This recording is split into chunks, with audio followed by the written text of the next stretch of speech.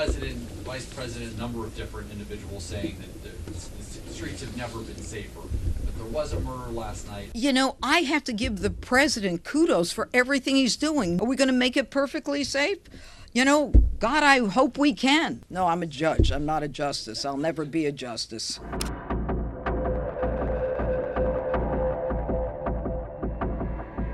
Judge, on the topic of violent crime, the president said today that anybody who murders somebody in Washington, D.C. will have the death penalty brought against them. Is this something that is going to happen in your office? Well, absolutely. I think that when the president came in, the Attorney General indicated that we would be seeking the death penalty in appropriate cases. And obviously, there is a whole process that we go through. And a couple weeks ago, with the capital murder, the murder of the two individuals from the Capitol Museum, we indicated what that process is. It's a very deliberative process, but we will absolutely be following the president's directive. And it ultimately is in the hands of the Attorney General who makes that decision. Just a follow-up, Judge, D.C. has abolished the death penalty. That capital case was a federal case. When we're talking about murder one and other cases in D.C., how does your office plan to get around that issue and the fact that the judges are also potentially unlikely to want to impose that? Well, I think it's really up to a jury.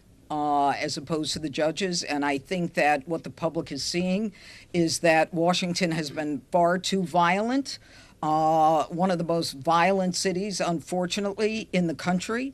And it is time that we recognize that law and order is back in D.C.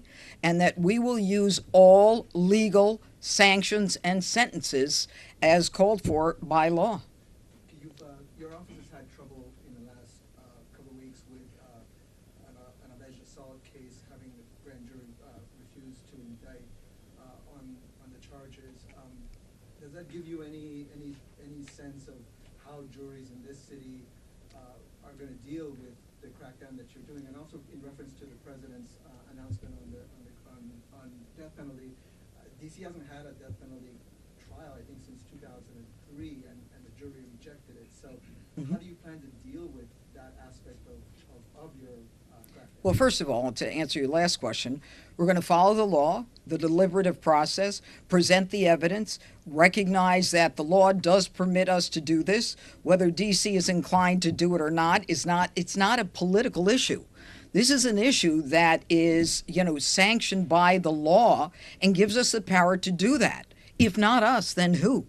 And, as it relates to grand juries, the only thing that I can say is we are prosecutors. We are the tip of the spear. We are the ones who take these cases into court, and the burden is on us to prove these cases. And we welcome that burden beyond a reasonable doubt. Sometimes a jury will buy it, and sometimes they won't. So be it. That's the way the process works. Yes, sir. Justice Pirro, Justice. No, I'm a judge. I'm not a justice. I'll never be a justice. Some justice. Thank you. We see these violent traffickers that were taken off the street. This juxtaposed a little bit with the fact that there was a murder in D.C., in Anacostia last night. Yeah, unfortunately. Can you expand on that a little bit? We saw, the president, vice president, a number of different individuals saying that the streets have never been safer. But there was a murder last night, and I just would love your thoughts on that. I have to give the president kudos for everything he's doing. No one has bothered to bring in the resources of law enforcement, federal and local. The DEA, the FBI, the marshals, the park police, the Capitol Police, the Metro Police. I'm sure I'm leaving someone out. But that is a scenario that we should all be grateful for because it puts us in a position of making us safer. Are people going to commit crimes? Of course they are. But I think everyone in this room knows that there is a small percentage of individuals who commit the violent crimes and who repeatedly do it, especially in an area where, there's no such thing, as bail. And so what we've got to do is try to identify who those people are, take them out of the community based upon their criminal acts and the law and the evidence to make this place safe. Are we going to make it perfectly safe? God, I hope we can. But no one other than President Trump has put the resources, the effort, the energy into doing this. How much more are we going in this? I have one about DC crime. Just a question in general. We heard you say before, and we've heard the fraternal or police say we need more officers. About 600 shy of where we were when our homicides were 80 here in DC. But the president also has said, conversely, hey, 3,100 is enough officers. But now you're seeing a surge of federal officers, and we're seeing things like this. How do you respond to that sort of like cognitive dissonance between him saying, I know you got more than enough officers, but this seems to be yielding things? Well, I leave it up to the president to make the decision as to how many people and how many officers we need to put in this district.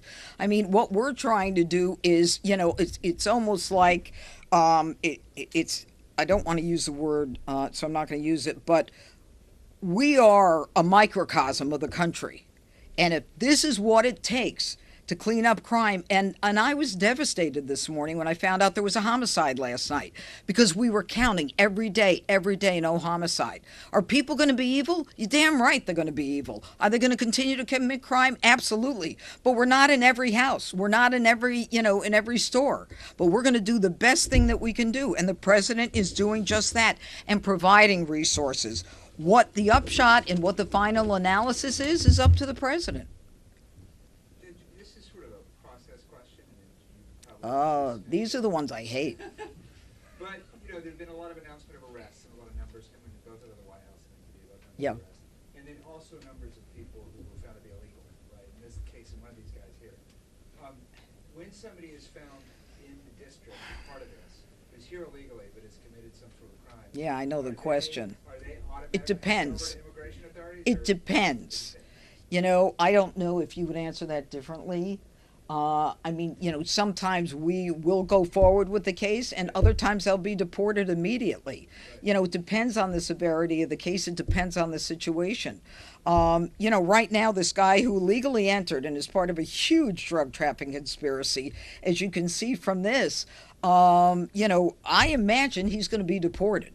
But then he's been deported 3 other times. So you tell me what should happen.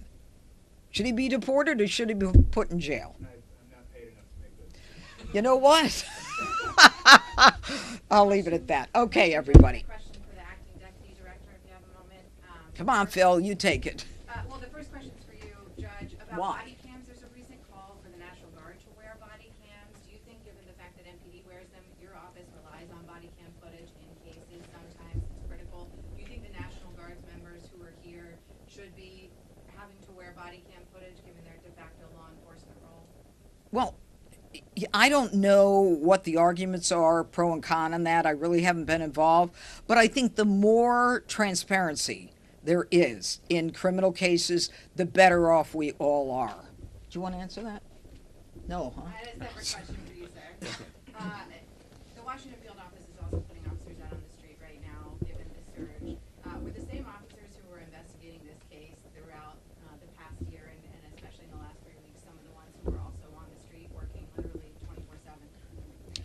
Yeah, we have agents from across the office and across the region who are working to supplement our partners on the task force on a daily basis. I won't get into the specifics of who worked which investigation, but yes, we're supplementing and resourcing the various teams that are out on the streets on a daily basis.